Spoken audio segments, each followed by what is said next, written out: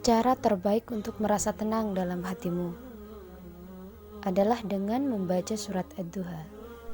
Surat Duha diwahyukan di waktu Rasulullah Shallallahu Alaihi Wasallam tidak menerima wahyu dari Allah Subhanahu Wa Taala selama 6 bulan. Selama 6 bulan Rasulullah Shallallahu Alaihi Wasallam tidak menerima wahyu apapun dari Allah. Jibril tidak turun, beliau tidak menerima mimpi. Ada waktu di mana aku melihat berbagai mimpi bagus. Tapi sekarang ketika aku begitu lelah dengan pekerjaanku, otakku begitu lelah, aku tidak mendapat mimpi. Terkadang aku merasa sholawat dan ibadahku tidak berpengaruh pada hatiku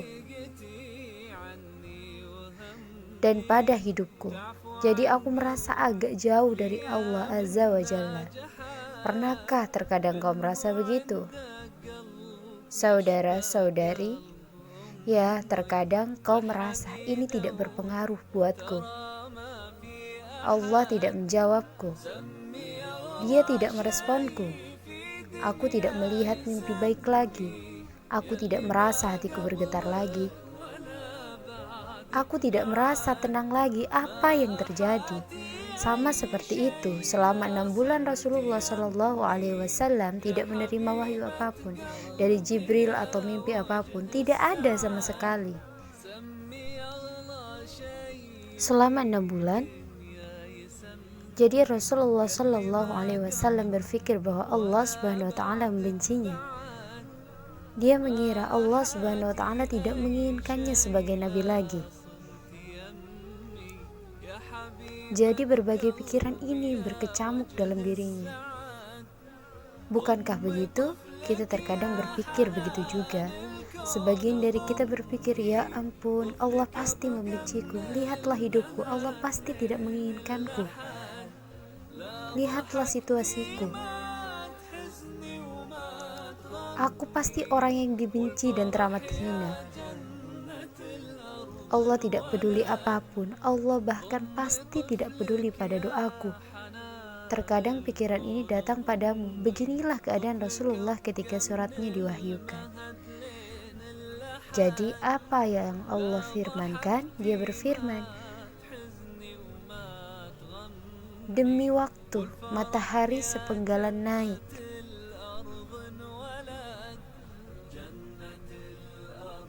jadi hal yang pertama yang kau beritahu pada orang yang depresi, bangunlah, lihatlah cahaya matahari. Tidak semuanya suram, tidak semuanya menyedihkan dan suram. Ada matahari yang indah di atas sana, cahaya indah.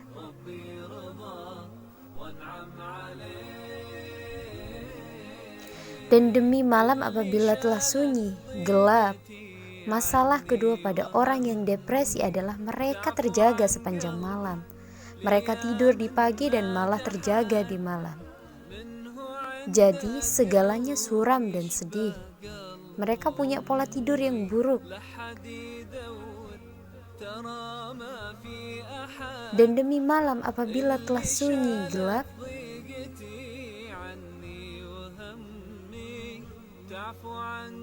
Tuhanmu tidak benci padamu ya Muhammad. Allah tidak benci kita. Tuhanmu tidak benci padamu Muhammad dan tidak melupakanmu. Begitu juga ya Abdullah. Wahai hamba Allah, Allah tidak benci padamu dan Allah tidak melupakanmu.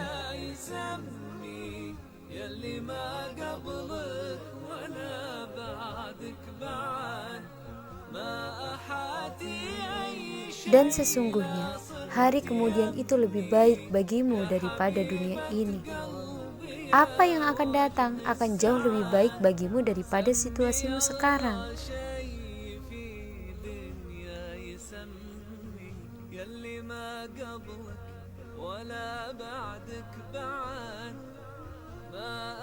Dan kelak Tuhanmu pasti memberikan karunia-Nya kepadamu.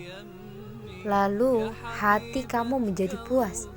Kelak wahai umat muslim, Allah insya Allah akan memberi kita surga dan membuat kita bahagia. Kelak Allah akan memberi kita kemenangan dari semua ini.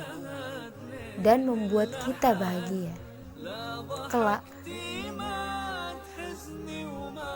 Allah telah menjanjikan ini, dan pastinya kelak kita akan masuk surga insya Allah. Kelak, bukankah ini hal yang paling indah untuk disampaikan pada orang yang bersedih? Kemudian Allah memberikan alasan baginya untuk mempercayai ini. Apa yang Dia firmankan? Dia memberi alasan bagi manusia hingga mereka percaya. Dia berfirman, bukankah Dia mendapatimu sebagai seorang yatim lalu Dia melindungimu? Tanya dirimu, bukankah kau sedang sakit parah? Bukankah kau dulu bayi kecil dan Allah mengurusmu? Bukankah dulu kau gadis kecil dan tidak ada yang mengurus, tapi Allah mengurusmu?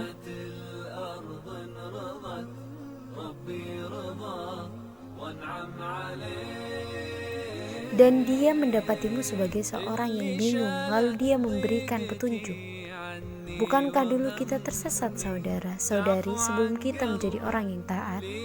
Aku ingat dulu, aku jarang sholat. Aku tidak paham tentang agamaku. Bukankah dulu aku tersesat kemudian Allah menuntunku? Begitu juga, bukankah dulu kau kebingungan lalu Allah menuntunmu?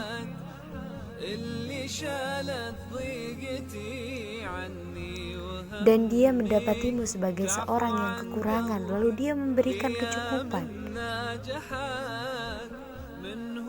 Berapa banyak dari kita yang sangat kurang? Kita punya uang. Berapa banyak dari kita yang demi Allah Subhanahu wa ta'ala merahmati kita, menyayangi kita sehingga menjadikan kita kaya harta. Berapa banyak dari kita yang diurus oleh Allah, sementara keluarga kita di kampung hidup dalam kemiskinan.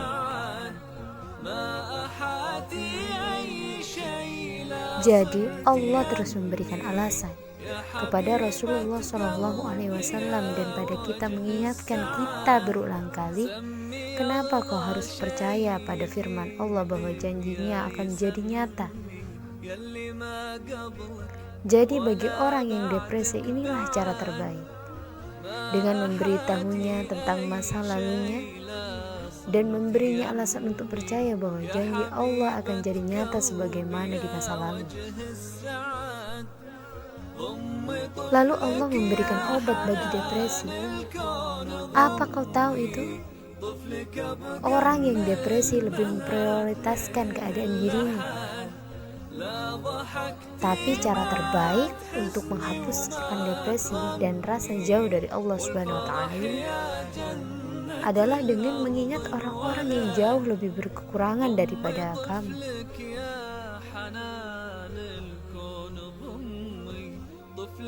Allah melanjutkan dan berfirman, sebab itu terhadap anak yatim janganlah kamu berlaku sewenang-wenang, dan terhadap orang yang meminta-minta janganlah kamu menghardinya. Jadi Allah meminta kita mengingat dua jenis orang. Yang pertama adalah anak yatim, lalu pengemis. Ingatlah anak yatim, mereka tidak punya pengurus, tapi kau punya orang tua yang mengurusmu. Kau punya keluarga yang mengurusmu tempat untuk pulang. Anak yatim tidak punya siapapun. Para pengemis, mereka tidak punya makanan dan memintamu akan makanan.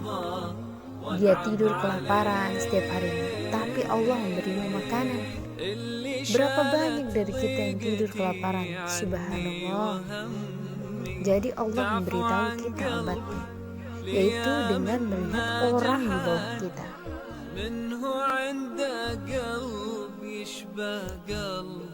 Dan jalan terakhir untuk menghapus rasa tidak terhubung pada Allah, kau tahu apa?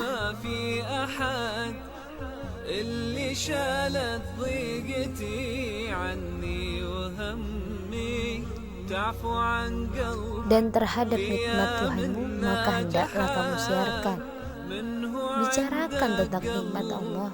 Alhamdulillah atas mataku, alhamdulillah atas tanganku, alhamdulillah atas mulutku, alhamdulillah atas hatiku.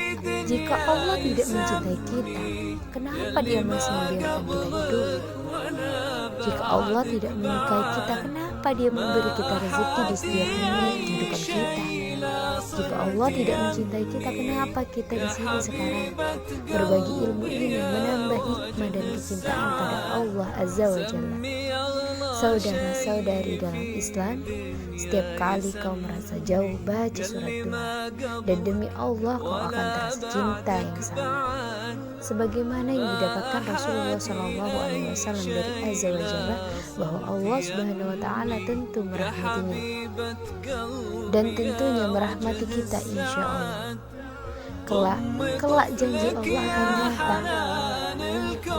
Saudara-saudari, inilah kenapa Sufyan Ats-Tsauri berkata dengan begitu mengagumkan. Dia berkata, "Wallahi, aku tidak menggantikan Allah dengan orang tuaku untuk menjadi hakim di hari kiamat. Lebih baik Allah menghakimiku daripada orang tuaku di hari kiamat. Karena aku tahu Allah Azza wa Jalla mencintaiku melebihi orang tuaku.